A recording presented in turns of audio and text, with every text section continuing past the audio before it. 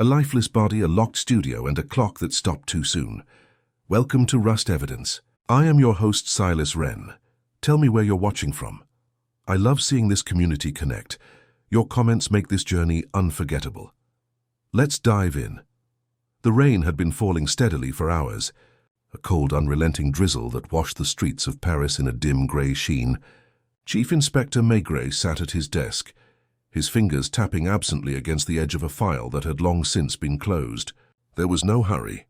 In this moment, there was nothing urgent to attend to, nothing that could force him out of the comfortable silence of his office. The soft sound of the rain against the window was enough to make everything else fade. If only for a moment.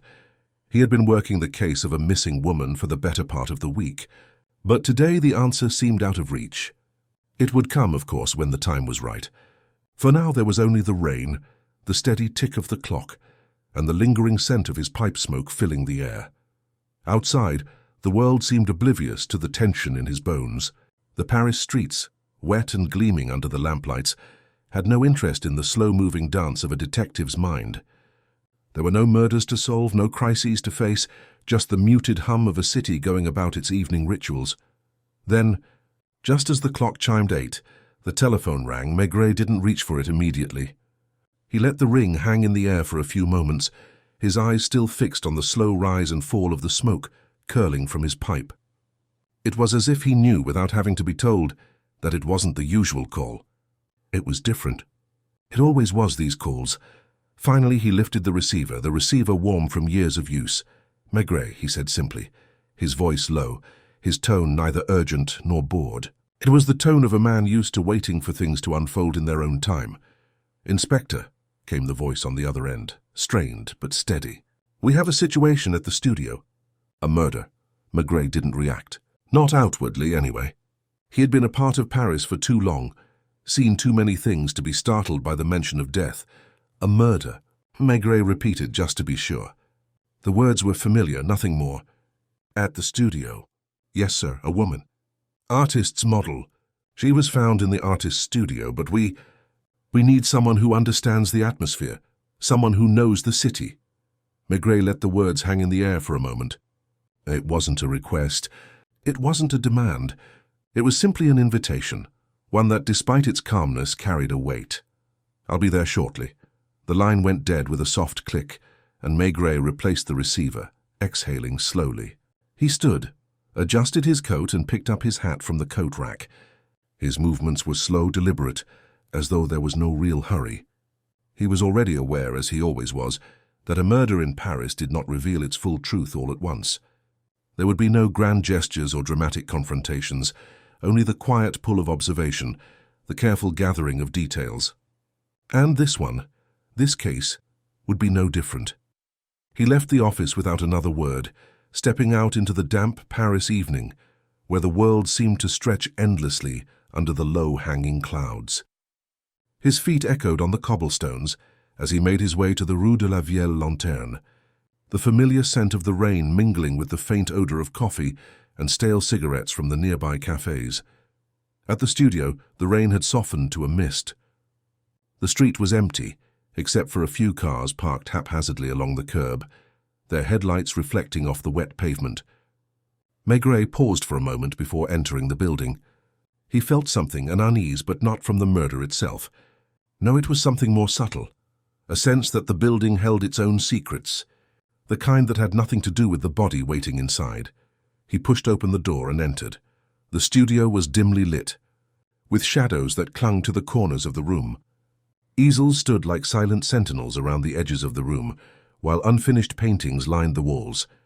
The smell of oil paint, dust, and damp canvas hung heavy in the air. In the center of the room, the body of the woman lay sprawled out on the floor. She was young, perhaps in her late 20s, with dark hair and an almost serene expression. Her eyes were closed, her arms outstretched as if she had been caught in the midst of something that had been cut short far too suddenly. Maigret knelt beside her, not touching her but observing her as he would any scene. It wasn't the blood that caught his attention. It was the stillness of the room, the odd quiet that had settled in. There were no signs of a struggle, no broken furniture, no sign of panic. Just a woman dead, and a room that seemed to be waiting for something to be said. It was as if the room itself knew more than it was letting on. "Who found her?" Maigret asked quietly, his voice carrying across the room without effort. A young officer, nervous but steady, stepped forward. "One of the neighbors, sir. The artist's assistant, actually. She said she came in to check on the model." "And found her like this?" Maigret nodded slowly. His eyes moved over the studio once more, noting the small details, the untouched cup of coffee on the nearby table, the paintings still on their easels, the flickering light that cast uncertain shadows on the walls. None of it made sense, yet everything seemed in place. It would take time, but Maigret knew already that the answers would lie not in the body, not in the obvious signs, but in the space between what had been said and what had been left unsaid. A quiet case like so many before it, and yet something about this room, this woman, suggested a different truth, one that would reveal itself slowly, as all things did, through the quiet patience of Maigret's observation. Maigret stood for a moment, absorbing the quiet of the studio. He knew better than to rush to conclusions. The facts, the details, they all would come in their own time, as they always did. He stood, letting his eyes linger on the body for a moment longer. The pose seemed too unnatural for an artist's model, though she wasn't quite posed either. Her body lay in an almost careless manner, as if she had collapsed or worse, been left there without thought. "What was her name?" Maigret asked, his voice still calm with that quiet patience that seemed to echo in the room. The officer hesitated for a second, flipping through a small notebook. "Lisa Charbonneau. She worked for several artists around the city. Models, sketches, that sort of thing." "Her family?" Maigret inquired, his tone carrying no urgency but the unspoken suggestion that something was missing here. The details had not been uncovered yet, and he had learned long ago that a case was like an incomplete puzzle. One needed to wait for the pieces to appear naturally. "We've reached out to her landlord, but there's no sign of any immediate family." "Just the landlord and a few acquaintances." Maigret nodded and slowly walked to the window, the glass damp against his fingertips. He looked out at the darkening street, the faint reflection of the dim lamplights creating an eerie glow on the wet cobblestones below. There was a dull hum in the air, as if the city itself was holding its breath, waiting for something to break the stillness. "Did anyone hear anything unusual?" Maigret asked. The officer shook his head. "No, nothing unusual. Just the usual sounds of the neighborhood, I suppose. People moving in and out, the occasional argument in the hallway. Nothing out of place." Maigret's gaze narrowed. He turned slowly to face the officer, his eyes not yet leaving the window. "You said the assistant found her. What do we know about him?" "His name's Etienne Boucher. He's a young man, 23, 24 maybe. Works as an assistant to the artist. He's the one who called it in. He seemed nervous, but he didn't seem to know much. Just that he had left the studio earlier in the day and came back to find her like this." Maigret frowned. There was something about this that didn't sit right with him. An assistant who didn't know much? That didn't feel quite natural, but then neither did the rest of it. A model found dead, but no real clues as to why or how. There was no sign of struggle, nothing that suggested a desperate or violent end. And yet the quiet in the room, the stillness that permeated the space, made him uncomfortable. "Is there a photograph of the artist?" Maigret asked suddenly, turning back to the officer, his voice as soft as the rain that fell outside. The officer nodded, pulling a photo from a file and handing it to Maigret. The man in the photograph was middle-aged, with graying hair and a sharp look in his eyes. There was something distant about his expression, as though the camera had caught him mid-thought, distracted, as though he were somewhere else entirely. Maigret studied the image for a long moment before nodding, almost to himself. "Etienne Boucher," Maigret repeated quietly, the name sinking in. "And the artist, his name?" "Jean Deschamps," the officer replied. "A painter. Not very famous, but well known in certain circles. His work has been shown in a few galleries." "Interesting," Maigret muttered almost to himself. He set the photograph down carefully, his eyes flickering over the studio once more. The paint, the half-finished canvases, the chairs arranged at odd angles, all ordinary enough in their own way. But there was an air of discomfort in the room, a sense that something had been interrupted, something that should not have been. He could feel it in his gut, a subtle unease, the sense that he was missing something fundamental. "Has anyone spoken to Boucher yet?" Maigret asked, though he knew the answer. Yes, sir. He was questioned earlier. He insisted he had nothing to do with it, that he came back to the studio and found her as she was. Maigret nodded slowly, his fingers tapping rhythmically against the wooden table as he processed the words. It was the usual story, wasn't it? The assistant, the nervous young man, discovered the body, but wasn't involved. The standard reaction. But Maigret's instincts told him that there was something else, something more beneath the surface. He just had to wait for it to rise, like a tide he couldn't see but could feel pressing against him. I want to speak with him, Maigret said quietly, standing up and reaching for his coat. But not here.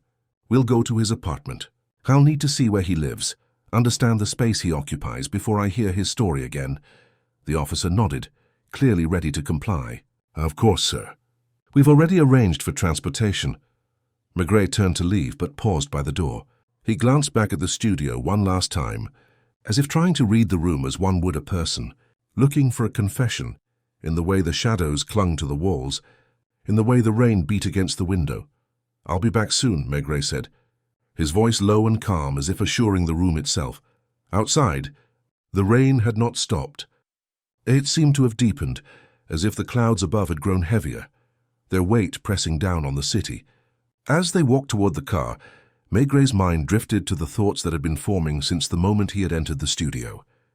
Something about this didn't feel like a simple crime.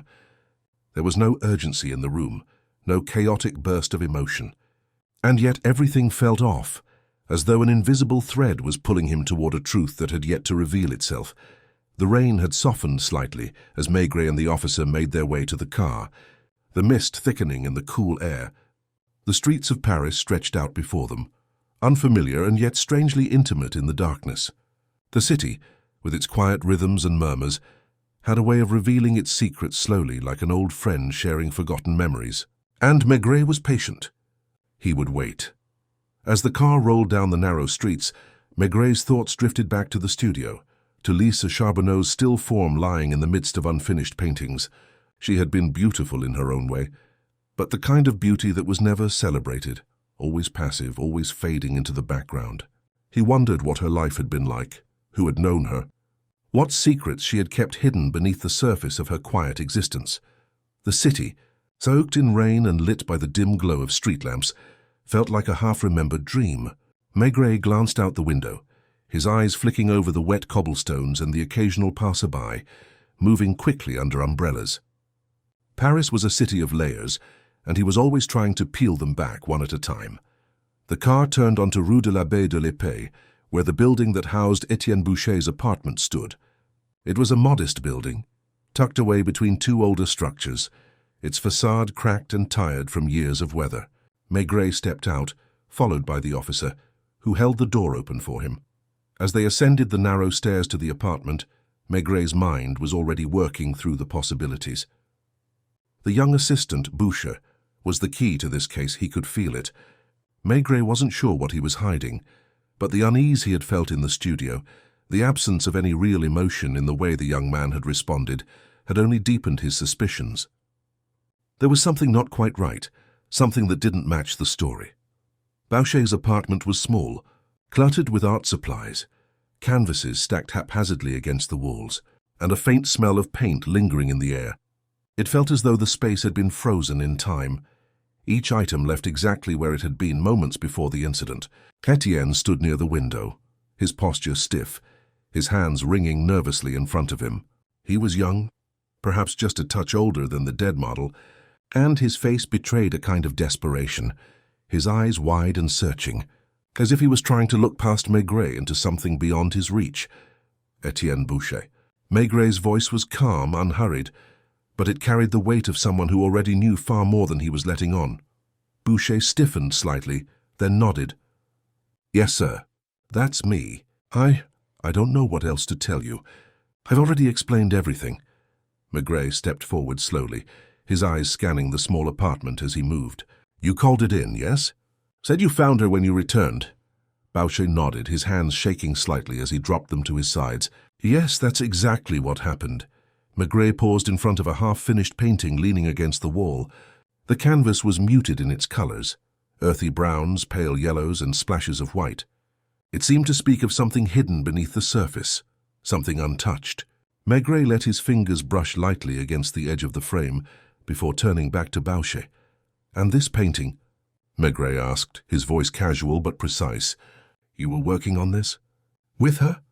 Boucher's face tightened, and for a brief moment, Maigret caught a flicker of something, a flash of guilt, perhaps, or fear, before it was quickly replaced by the practiced calm of someone who had learned how to mask their emotions.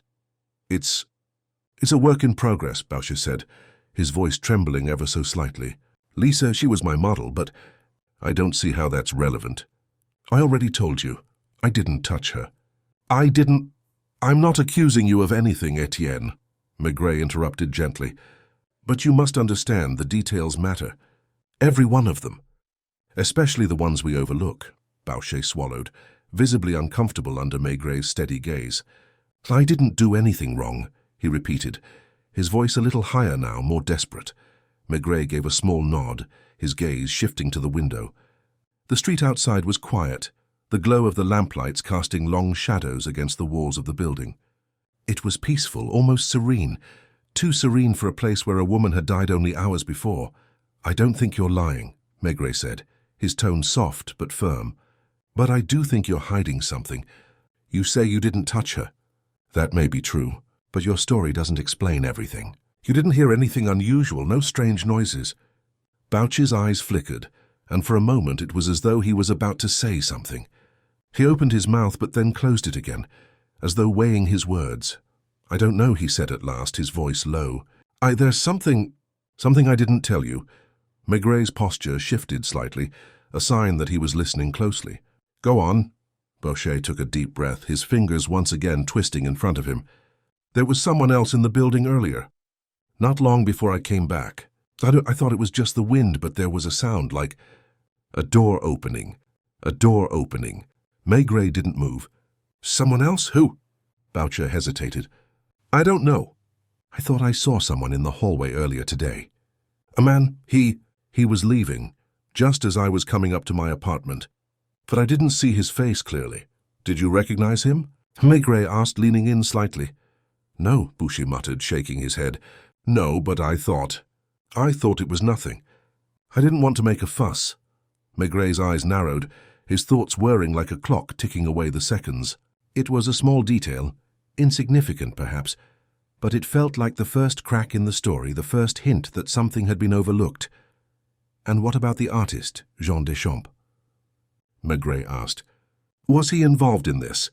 Could he have—" Boucher's expression hardened at the mention of the artist. "No," he said quickly. "No, Deschamps had nothing to do with it." Maigret studied him for a moment longer, and then with a slow nod he stood and turned toward the door. "I'll need to speak with Deschamps, but first I think we'll take a closer look at this man you saw." Boucher's face drained of color. No, you don't understand. I didn't mean—" Maigret's voice cut through the panic, low and steady. "I understand more than you think, but you're going to help me, Etienne. You don't have a choice now." With that, Maigret left the apartment, the faint echo of Boucher's nervous breaths following him into the quiet hall. As Maigret left Boucher's apartment, the air outside felt heavier than before, as though the rain had seeped deeper into the city, saturating not just the streets but the very bones of Paris. The soft, persistent drizzle continued to fall in a steady rhythm, creating a backdrop of muted sound against the stillness of the evening. For a moment, Maigret stood on the stoop of the building, his gaze turned toward the street. His mind worked through the conversation, sorting through the tangled threads that had begun to form in his mind. Boucher's story had shifted, even if only slightly. There was something in his hesitation, the way he had avoided looking Maigret directly in the eye when asked about the man in the hallway. A simple door creaking open, a fleeting image of someone leaving the building. How easily that detail could have been dismissed, left unmentioned. But it hadn't been. The young assistant had chosen to speak of it, and that small act of disclosure gave Maigret pause. It suggested a vulnerability, an unspoken anxiety that was at odds with his earlier calm. The question now was whether Boucher's fear was rooted in guilt, or if it was simply a matter of him being caught in a situation beyond his control. Either way, the mention of another man left the door to a new possibility wide open. Maigret needed to know more about this fleeting figure, This shadow that Boucher had caught a glimpse of, a man who, for all they knew, might have been the key to understanding the events that had unfolded in the studio. The officer who had accompanied Maigret earlier was waiting by the car, and with a few quick instructions, they were on their way to the nearby police precinct. They needed to trace the figure Boucher had seen, find out if anyone else had noticed him, or if there were any records of someone coming and going from the building. Maigret's mind drifted briefly to Jean Deschamps, the artist. There was still much to uncover about him, his relationship with Lisa Charbonneau, the circumstances under which she had worked for him. But for now, the immediate priority was the mystery of the shadowy figure. As they reached the precinct, the small, somewhat chaotic building buzzed with activity. Officers shuffled papers, phones rang with impatient urgency, and the low murmur of voices filled the otherwise sterile space. Maigret walked past the constables, nodding curtly in acknowledgement, and made his way toward the desk sergeant. "Anything new on the man Boucher saw?" Maigret asked, his voice soft but commanding, as if already knowing what the answer would be. The sergeant glanced up from his paperwork, clearly eager to be of service. "Nothing so far, sir. We've been checking the building's log, but no one matching the description has been recorded. We have a few other leads we're working on, but nothing concrete." Maigret stood for a moment, considering the information. He knew how these things went. Nothing concrete often meant nothing at all. Yet the small detail Boucher had provided seemed too precise to be entirely insignificant. "Let's widen the search," Maigret suggested. "Start with the tenants in the building. Anyone unusual, anyone who's been coming and going lately. I don't care if they're involved or not.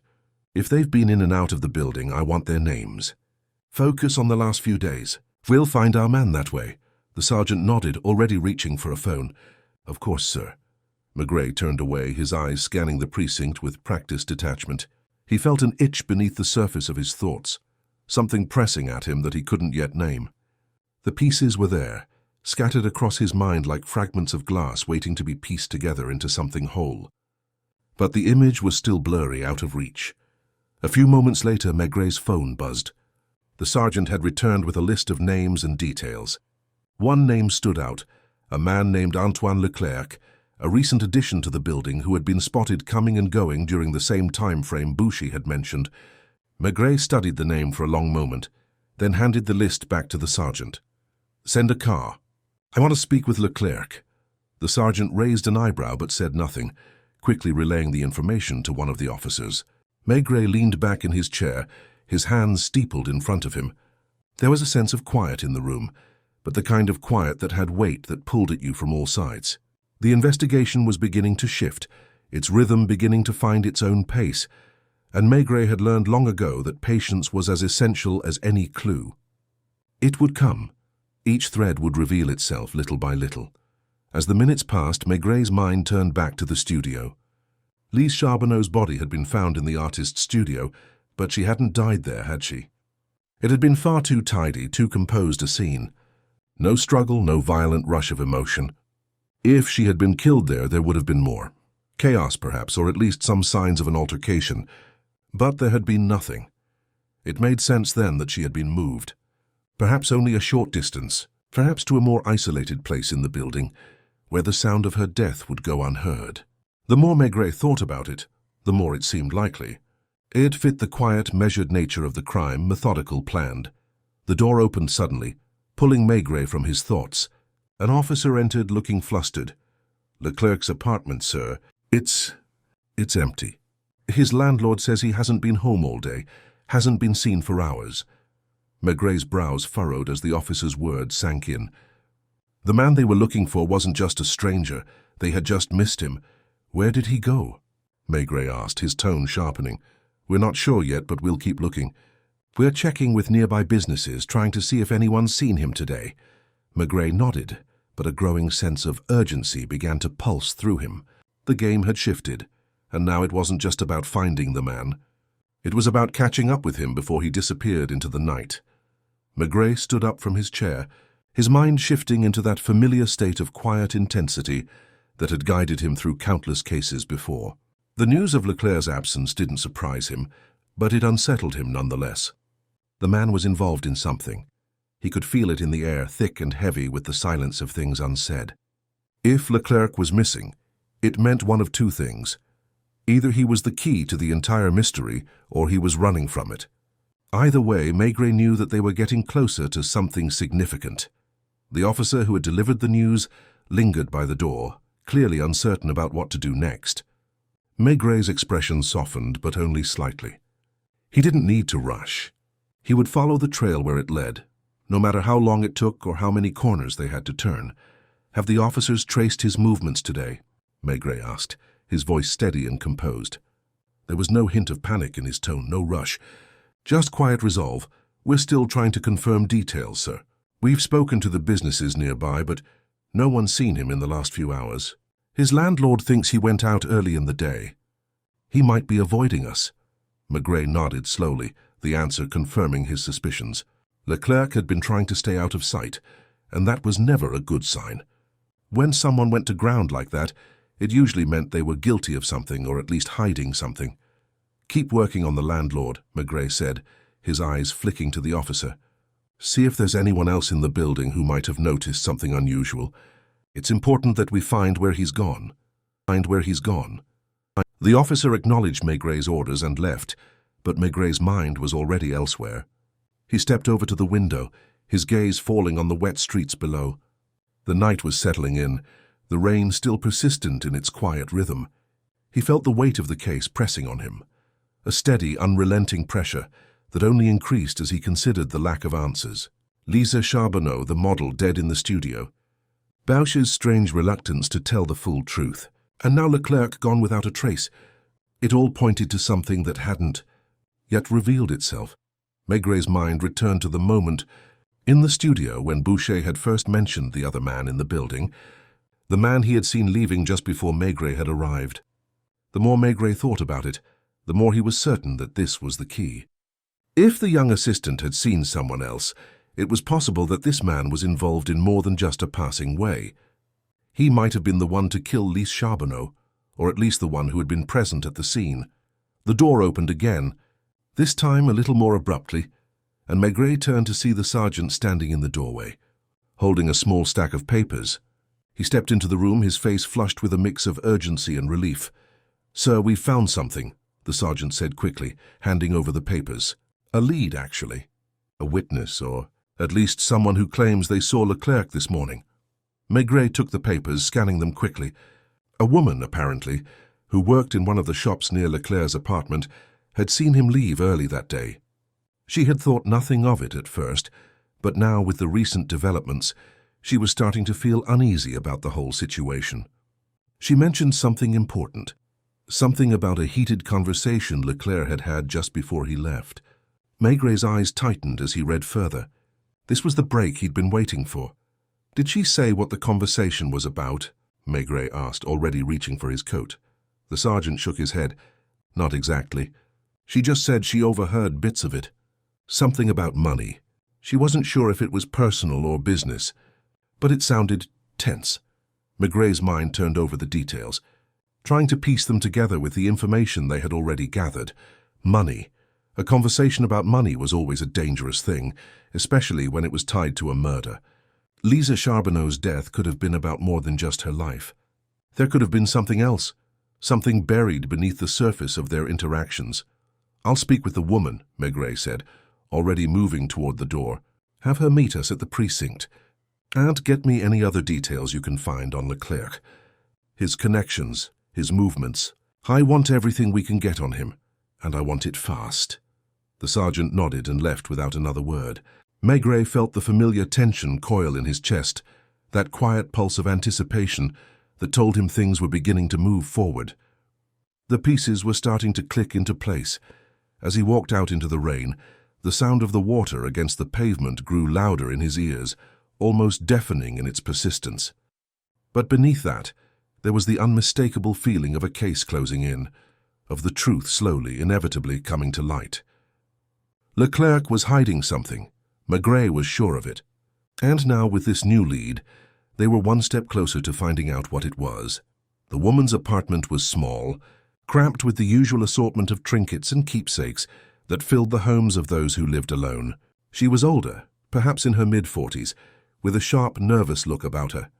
When she saw Maigret, she stood quickly, her hands wringing together in a gesture that seemed to speak of something restless. Something unresolved. I didn't mean to get involved, she stammered, her eyes darting nervously to the door behind Maigret. But when I heard about the murder, I thought I should say something. Maigret smiled gently, though his eyes remained sharp, focused. You've done well to come forward, madame. Now tell me what you heard. The woman nodded, her breath quickening slightly. It was early, you see. I was closing up my shop for the morning. Leclerc passed by like he always does, but that day was different. He was agitated. He was talking to someone, though I didn't see them clearly, but I heard the words money and something about an agreement. I didn't catch all of it, but it didn't sound good. Maigret leaned forward, his expression softening, coaxing the words from her with quiet patience. What did he say exactly? Every detail matters. The woman hesitated for a moment, clearly uncomfortable, but then she spoke. He said something about needing more time, that the deal wasn't going as planned. It sounded like he was in trouble. The other voice, the one he was speaking to, it was angry, but I couldn't hear it clearly. More pieces, more threads to pull on. Maigret's mind was already racing, fitting these new details into the larger puzzle. An agreement, a deal gone wrong, money. All of it pointed to something darker, something that Leclerc might not be able to run from. Thank you, madame, Maigret said quietly, his tone warm but firm. You've been very helpful. As he left her apartment, the rain had picked up again, a steady, unrelenting downpour that blurred the world around him. Maigret walked with purpose, his thoughts turning over the new information like stones in a stream. Whatever deal Leclerc had been involved in, whatever had gone wrong between him and the mysterious person on the other end of the phone, it had led to Lisa Charbonneau's death. And now with this new lead, Maigret was closer than ever to uncovering the truth. As Maigret walked through the streets of Paris, the rain had shifted from a steady drizzle to a more urgent downpour, the sky a thick blanket of grey that seemed to press against the city. The world felt compressed, the noise of the bustling city muffled beneath the drumming of the water on rooftops and the steady rhythm of his footsteps on the wet cobblestones. He had learned long ago that the city's weather mirrored the rhythm of the cases he worked. Sometimes everything fell quiet as if holding its breath, and sometimes, like now, it seemed to drown out everything but the feeling of pressure building in the air. The witness had offered a crucial piece to the puzzle, one that he had known would emerge eventually. The involvement of money, some kind of agreement gone wrong. But who was the other person Leclerc had been talking to? That was the piece still missing. It was a thread that could unravel everything. If Leclerc was involved in something shady, there was a good chance someone else had been pulling the strings. By the time Maigret returned to the precinct, the rain had slowed to a light mist, leaving the streets slick and reflective in the dim streetlights. He entered the small office where the usual clatter of phones and whispered conversations provided a steady background hum. One officer, young and eager, looked up as Maigret walked in. "We've found something, sir," the officer said, standing to offer a stack of papers. Maigret took the papers and began flipping through them, his eyes scanning for the relevant information. A recent connection between Leclerc and a man named Gérard Moreau, a businessman with ties to the arts community, had been found. Moreau was known for funding various art projects, though his reputation was far from clean. There were whispers of financial misconduct, and some had even speculated about his connections to more illicit activities, though nothing had ever been proven. This Moreau, Maigret muttered. He was in contact with Leclerc, perhaps even helping him fund his work. The officer nodded. "It seems likely, sir. Leclerc was seen with him at a gallery event last week. According to one witness, Moreau seemed quite agitated with Leclerc. Not long after, Leclerc stopped coming to the event, and that's when the trouble seems to have started." Maigret leaned back in his chair, tapping the papers lightly against the desk. The pieces were coming together slowly but steadily. Moreau's involvement in Leclerc's life, and likely in his dealings, was the link Maigret had been waiting for. It was clear now that there was more to Leclerc's relationship with Lisa Charbonneau than a simple artist-model connection. She must have known something, or perhaps had become involved in something that was more dangerous than they realized. If money was involved, if Moreau had ties to shady deals, then Lisa Charbonneau's death was not random. It had purpose. It had purpose. "Send someone to Moreau's last known address," Maigret ordered, folding the papers with careful precision. "I want to speak to him." The officer didn't hesitate, nodding sharply before heading toward the phone. Maigret sat in the chair for a moment, his mind turning over the information. Moreau. The name itself carried a weight that was not easily dismissed. Maigret could sense the pull of this case intensifying. The shadows were deepening, the stakes growing higher with each passing hour. It wasn't long before the officer returned, his face a mixture of frustration and urgency. "Moreau's not at his apartment, sir. It's been empty for the last few hours. We're not sure where he's gone, but we've found something interesting." Maigret's eyes narrowed. "Go on." The officer pulled a small piece of paper from his pocket. "It seems Moreau had an appointment scheduled at a private club tonight. One of the doormen recognized his name and confirmed that he's expected. They haven't seen him yet, but he was supposed to meet someone there at 8. A private club. A late meeting. Everything about it suggested something clandestine, something Maigret couldn't afford to ignore." He stood up, slipping on his coat with deliberate slowness. "I'll pay him a visit. Gather a few men, and let's head there immediately. Keep a low profile. We don't want to alert him." The officer nodded quickly, already heading to gather the necessary resources. Maigret's mind raced. Moreau, like most people involved in dubious dealings, would likely try to cover his tracks, but Maigret knew how to find the cracks. He had always known how to make a person reveal themselves, and if Moreau had a connection to Lisa Charbonneau's death, tonight would be the night to uncover it. The car ride was quiet, the tension palpable in the space between the officers as they made their way toward the private club. The streetlights blurred outside, their reflections shimmering in the mist that hung in the air. Maigret's mind ran through the connections he had uncovered. Leclerc's involvement with Moreau, the financial agreement, the angry words about money. It was all there, but there was something still elusive, something unsaid. Moreau would know more. He had to. As they arrived, the building was low and tucked between two others, its entrance discreet, almost hidden. The doorman, recognizing Maigret's arrival, opened the door without hesitation. Inside, the air was thick with the scent of smoke, the low hum of conversation from a few patrons scattered around the darkened interior. It felt like a place meant to conceal secrets, not to share them. Maigret scanned the room, his eyes moving from one figure to the next, seeking any sign of Moreau.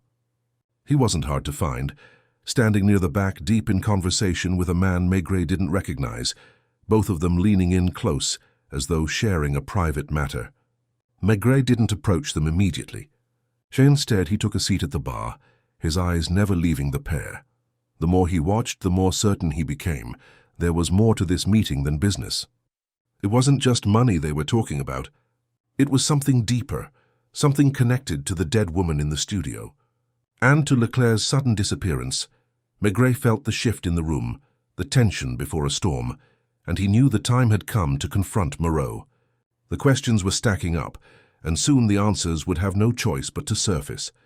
Maigret sat still at the bar, his fingers lightly drumming against the glass in front of him. The low murmur of voices, the clink of glasses, and the muted hum of jazz played faintly in the background. All of it felt distant, like the world was holding its breath. He kept his eyes fixed on Moreau and his companion, watching the subtle shifts in their body language, the small exchanges that hinted at more than just idle conversation. Something was brewing here, something volatile, and Maigret could feel the pressure building in the room. The man Moreau was speaking to, a middle-aged figure with a rough-cut appearance, dark eyes that darted around the room like a predator, didn't seem like someone who should be mingling in such an exclusive space. Maigret's mind turned, searching for any connection, any reason why Moreau might be talking to this man. But the scene before him was enough to tell him this wasn't about a business deal. This was personal. Finally, Moreau finished speaking, straightening his back, his face more rigid than before. The other man gave a curt nod and turned, walking quickly toward the exit. Moreau stayed behind, his hand still gripping the edge of his drink as though it was the only thing anchoring him to reality. Maigret stood up slowly, his movements deliberate, but not rushed. He approached the bar, his gaze never leaving Moreau. As he walked, his mind worked through the last few pieces of the puzzle. Moreau had something to hide. The secrecy, the late-night meetings, it was all leading somewhere, and Maigret had an inkling of where. When he was close enough, he cleared his throat, just loud enough to catch Moreau's attention. The businessman looked up, his eyes narrowing for a brief second before his expression shifted into something more neutral. "Almost calculated, Inspector Maigret," Moreau said, his voice smooth but with an edge of wariness. "I didn't expect to see you here." "I'm sure you didn't," Maigret replied, his voice low but firm. "But here I am." Moreau smiled faintly, but there was no warmth in it. He set his drink down slowly and gestured for Maigret to join him. "I hope you're not here on official business, Inspector. This is a private establishment, after all." Maigret took the seat opposite Moreau without hesitation, his eyes steady. "I'm afraid I am here on official business, Mr. Moreau. It concerns the murder of Lisa Charbonneau." The name hung in the air between them like a heavy weight. Moreau's face twitched, his mask of composure faltering for just a split second before he regained control.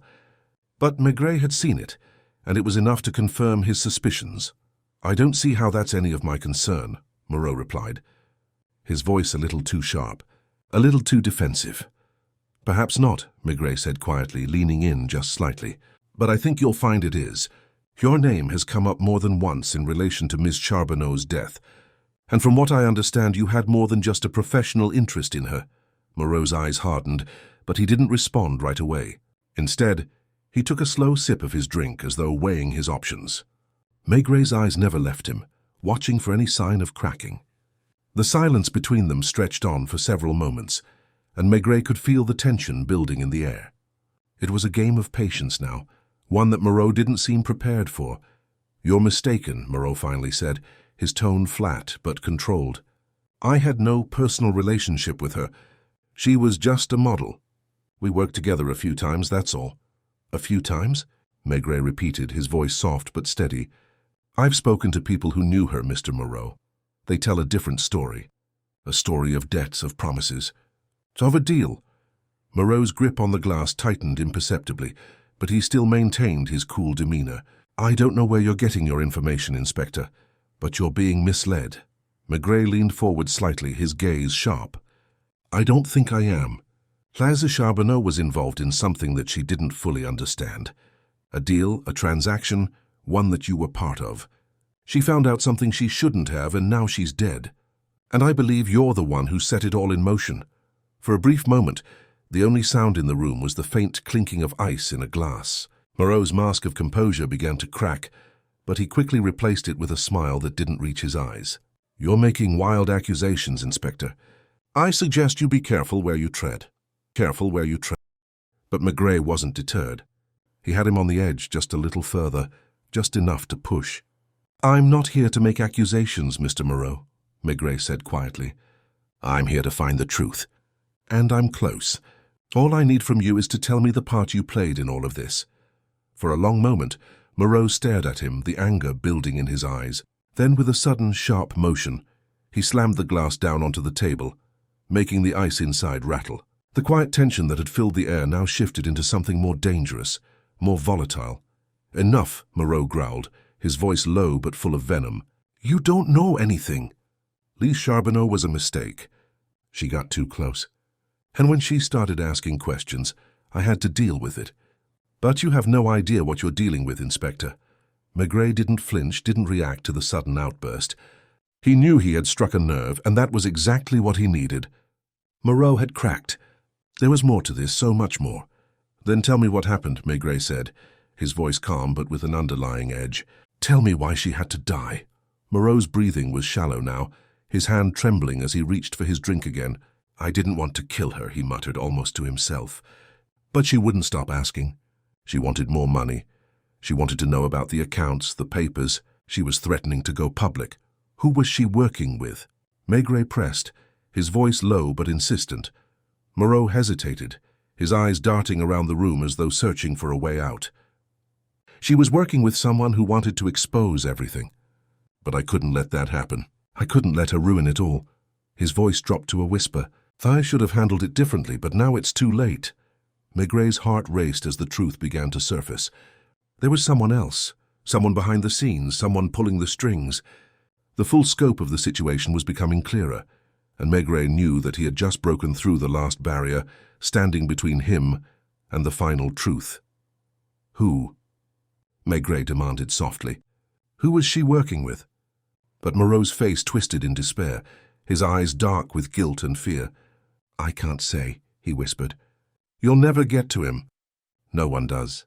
Maigret's gaze never wavered as he watched Moreau's struggle between fear and guilt. There was more to be said, but the businessman seemed unwilling or unable to continue.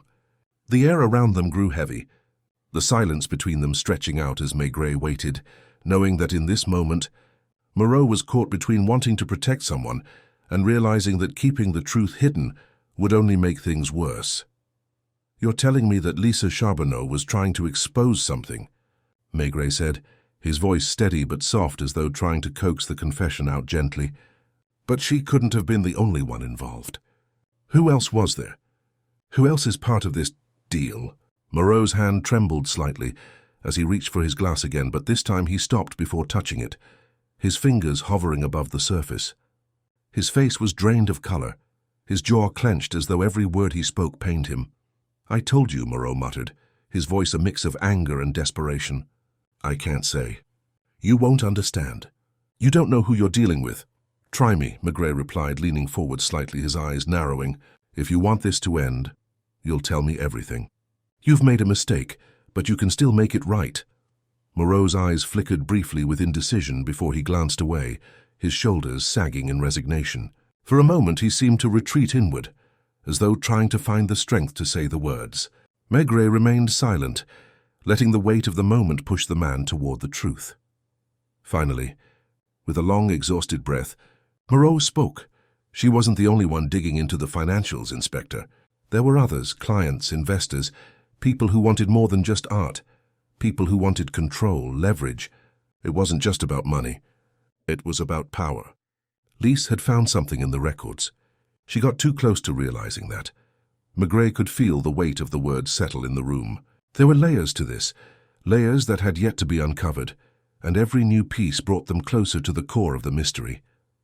I know about the money, Maigret said, but this sounds like more than that.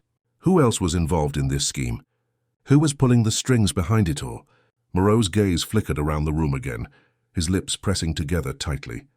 He hesitated, his fear palpable. Then, in a voice barely above a whisper, he said, You're wasting your time. You won't get to him. Who? Maigret pressed, his tone firm. Who is him? Who is behind this? Moreau's body went rigid, his face locking in a mask of terror. It was as though he had crossed a line in his mind, and now the very thought of saying the name was too dangerous. Maigret saw this, and for a brief moment, he wondered if he had pushed too far. But then he saw something, just a flicker in Moreau's eyes. Something that told him the man was not finished. The story had one more twist. Tell me, Maigret urged quietly. It's the only way to stop this. Moreau seemed to crumble under the weight of Maigret's calm insistence. With a shaking hand, he pulled an envelope from his jacket pocket and slid it across the table toward Maigret. It's all in there, he muttered, his voice barely audible. Everything you need to know. You won't find him, but you'll understand why it's too late. It's all in that envelope. Maigret didn't hesitate. He picked up the envelope and opened it, his eyes scanning the contents, a series of names, addresses, and financial transactions that painted a picture much larger than he had anticipated. A name caught his attention immediately. It wasn't just any name. It was a name that had appeared on a few of the records they had found earlier, a name that had been tied to certain art investors. But now it was clear that this person, this shadowy figure, was much more than just a businessman. He was the one who had orchestrated everything, the puppet master pulling the strings behind the scenes. Maigret's heart quickened as he studied the names and documents. The connections were becoming clearer, but there was still something elusive about this mystery. Moreau had given him the key, but the door to the full truth was still locked. He looked up at the businessman, who was now slumped in his chair, his face drained of any remaining composure. You've done the right thing, Maigret said softly, but with finality. But this won't end here. There's more. You may have given me the pieces, but you haven't given me the full picture. Moreau's eyes were hollow now, his voice barely a whisper. You'll never get to him. He's untouchable. He's above everything. And now you've made yourself a target.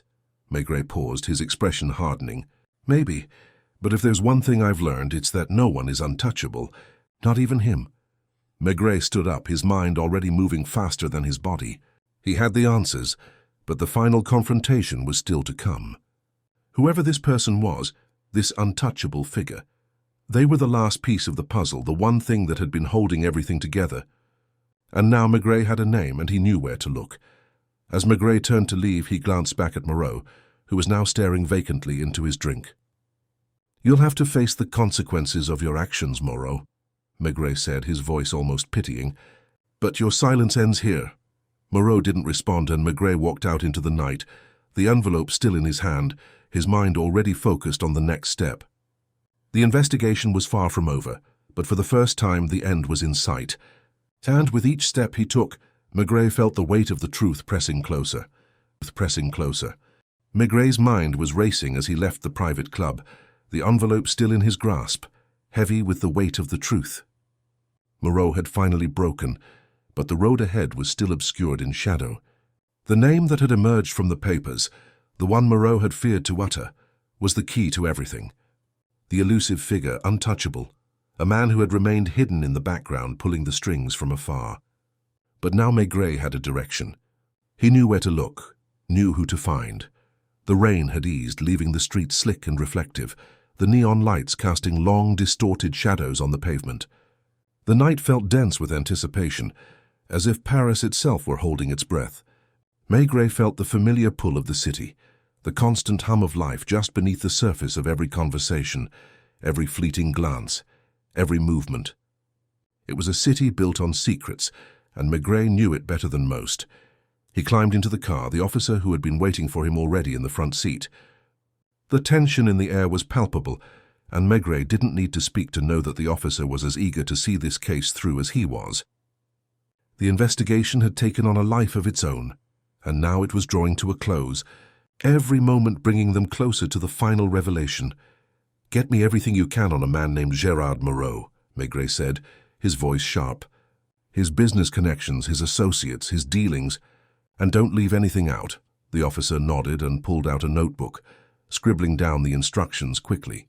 As they drove through the winding streets of Paris, Maigret's thoughts turned back to the envelope, to the name that had emerged, Jean-Michel Roussel. The man was a shadow, someone who had stayed out of the public eye but whose influence stretched far beyond the art world. It was clear now that Roussel was more than just a businessman or an art investor. He was a player in something much larger, something that had its roots in corruption, greed, and power. And Lise Charbonneau had stumbled into it. Maigret's stomach tightened as he thought of the young woman. She had been caught in a world that was beyond her, one that she had no business being involved in, but one she couldn't escape from once she'd found out too much. That was the real reason for her death. She had known something, uncovered something that she wasn't supposed to. They reached the precinct where the officers were already gathering the information Maigret had requested. He moved through the hallways with purpose, not stopping to acknowledge anyone. His mind focused solely on the task ahead. Roussel was the key. The question now was how far he had gone to cover his tracks, how deep the conspiracy ran, and whether they could catch him before he disappeared entirely. It didn't take long for the officer to return with a thick file, handing it over to Maigret.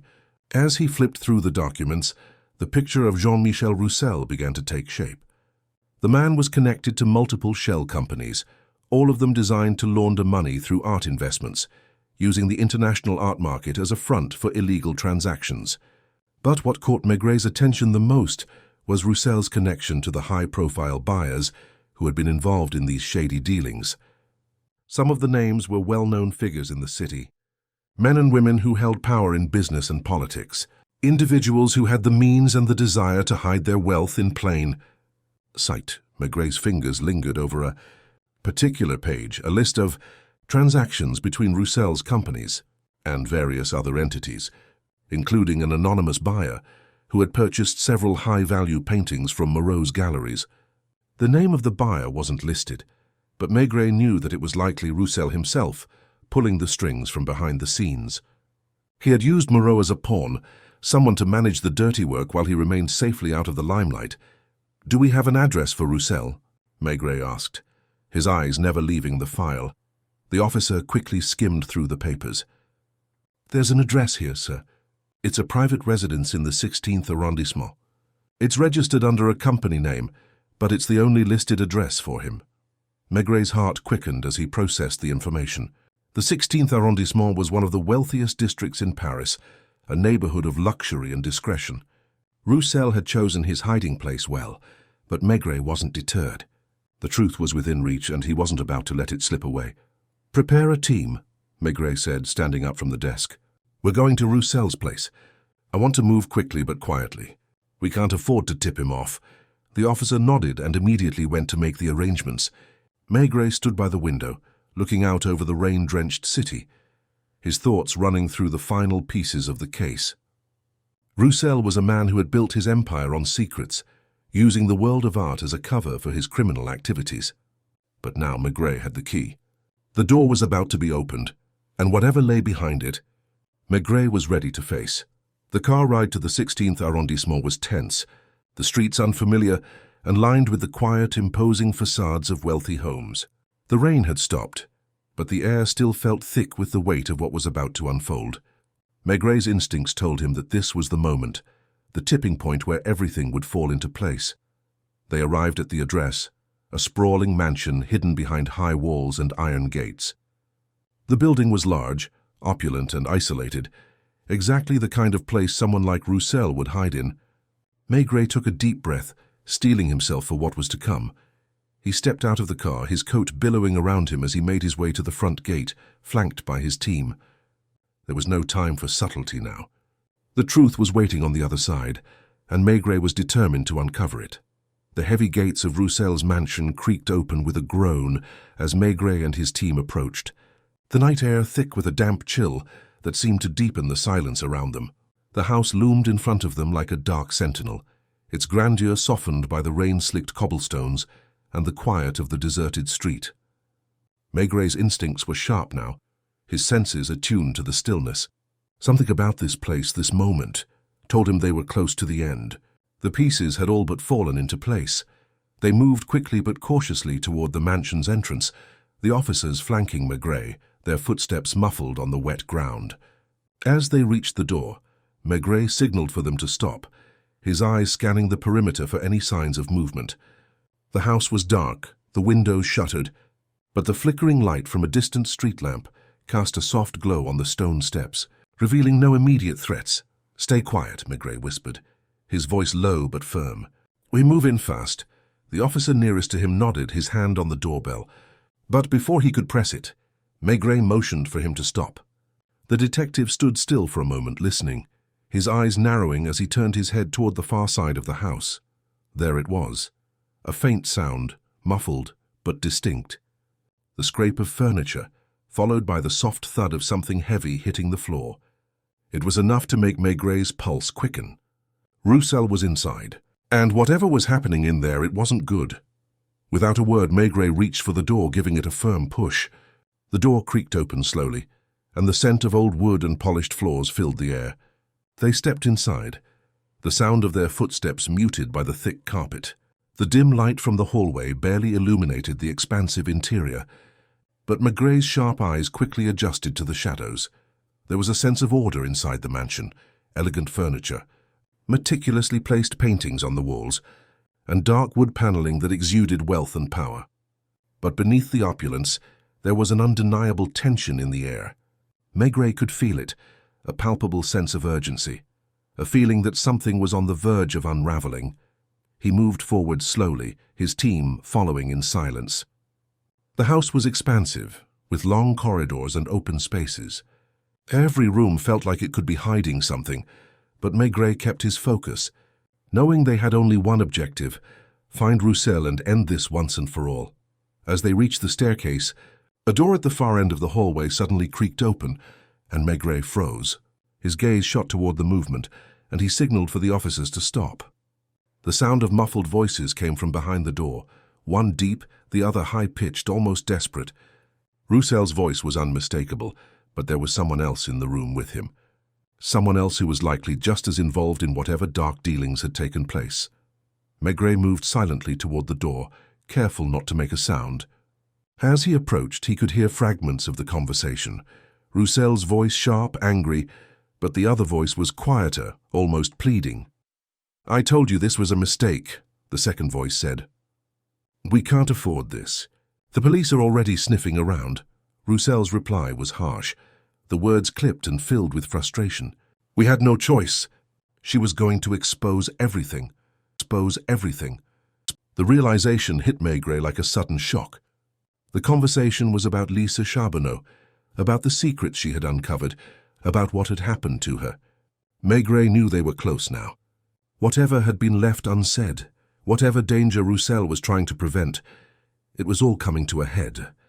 Without a moment's hesitation, Maigret pushed the door open just enough to slip through, his team following in his wake. The room inside was dimly lit by a single lamp, its light casting long shadows against the walls. At the far end, Roussel stood beside a desk, his face pale with rage. Across from him stood a man Maigret didn't recognize, slightly disheveled, his eyes wide with fear. The tension in the room was thick, almost unbearable. Roussel's head snapped toward the door as Maigret stepped inside, his figure filling the doorway. For a brief moment, the room fell completely silent, the air thick with anticipation. You, Roussel spat, his eyes narrowing. You're the one who's been digging. Maigret didn't flinch. I'm here for you, Roussel. And for the truth. It's over now. Roussel's gaze flicked to the man beside him, who seemed to shrink back as though sensing the inevitable collapse of the situation. Maigret moved toward him, his eyes fixed on the businessman. It's over, Roussel. Lisa Charbonneau was only the beginning. You've been hiding in plain sight for too long. Roussel's face twisted in a mix of defiance and something else, fear, perhaps, or the realization that his time had run out. He took a step back, his hand instinctively reaching for something hidden beneath the desk. But Maigret was faster. He moved quickly, closing the distance between them before Roussel could react, grabbing his wrist with a firm grip. No more lies, Maigret said softly, his voice calm, but his eyes cold with certainty. Roussel's face contorted in frustration, his body tense as he struggled against Maigret's hold. You don't understand. You never will. This is bigger than you, Inspector. Bigger than anything you can stop. Maigret didn't respond immediately. He didn't need to. The door to Roussel's empire had just been thrown open, and Maigret knew that there was no going back. The weight of everything that had led to this moment, the corruption, the manipulation, the murder, had finally caught up with them. Tell me everything, Maigret said, his voice hardening. Tell me how deep this goes. Who else is involved? Roussel's eyes flickered for a brief moment before he dropped his gaze to the floor. It was clear now that he had no more lies left to tell. The truth was all that remained, and it was about to come spilling out. Maigret's patience had won, and Roussel was finally on the verge of breaking. Roussel's shoulders slumped, his defiance evaporating as Maigret's grip tightened. For a moment, the room seemed to freeze in time, the flickering light casting a cold pallor over the two men. Roussel's breath was shallow, his lips pressed into a thin line of resistance. But beneath the hardened exterior, Maigret could see the unraveling. The truth was pulling at him inch by inch until the weight of it was too much to bear. Everything I've built, Roussel muttered, his voice strained, the facade of control cracking. I've kept this under wraps for years. But she... He stopped, swallowing hard as though the words were choking him. She had to die. She was too close. Too much risk. Maigret's eyes remained fixed on Roussel, waiting for the confession to fully spill. And the others? The clients, the investors. How far did this go? What did she find exactly? Roussel's gaze darted to the desk again, but this time there was no more defiance, only resignation. He spoke quickly now, as though the floodgates had finally opened. Lisa found out about the money laundering, about how I used the art world as a cover for moving money, for hiding illicit gains. But it wasn't just the money, it was power, control, the people behind it.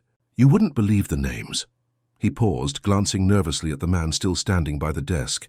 His accomplice, Maigret realized. The man's face was pale, his hands trembling, his wide eyes reflecting the growing panic. You don't have to do this, Roussel, the man said quietly, his voice shaking. You can still walk away. You can fix this, but Maigret was done with words.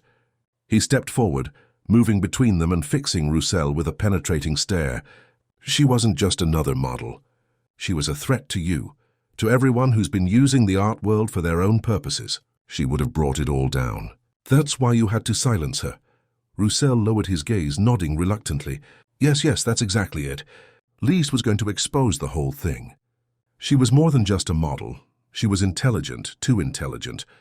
She started digging into the records. She saw the transactions. She became a liability. Maigrè's thoughts swirled as the last pieces of the puzzle slid into place. It was all coming together. The money, the power, the people pulling strings from the shadows. And it wasn't just about art. It was about a complex web of corruption that reached far deeper than anyone had realized. Roussel had been the linchpin in it all, working with the unseen hands of powerful investors and criminals, a world cloaked in secrecy. And now, Lise Charbonneau, with her curiosity and sharp mind, had become the sacrificial lamb for a crime syndicate that thought itself untouchable. You were right about one thing, Maigré said, his voice quiet but heavy with the finality of the moment. This is bigger than I imagined. But it ends here, Roussel. The businessman's eyes flickered, his lips twisting into a bitter smile. You think you can stop it? You think this will change anything? I think, Maigré said softly, leaning in just enough to make the words hit with quiet force. You've underestimated what happens when the truth finally comes to light. And there are people who will want answers. There was a long pause, the tension thick in the air. Then Maigré turned to the officer standing behind him, his hand raised slightly in a subtle signal. Take him, Maigré said, his voice firm but not unkind. Roussel has a lot to answer for. But this isn't over. Not yet. As the officers moved forward to place Roussel under arrest, Maigré stood back watching the scene unfold.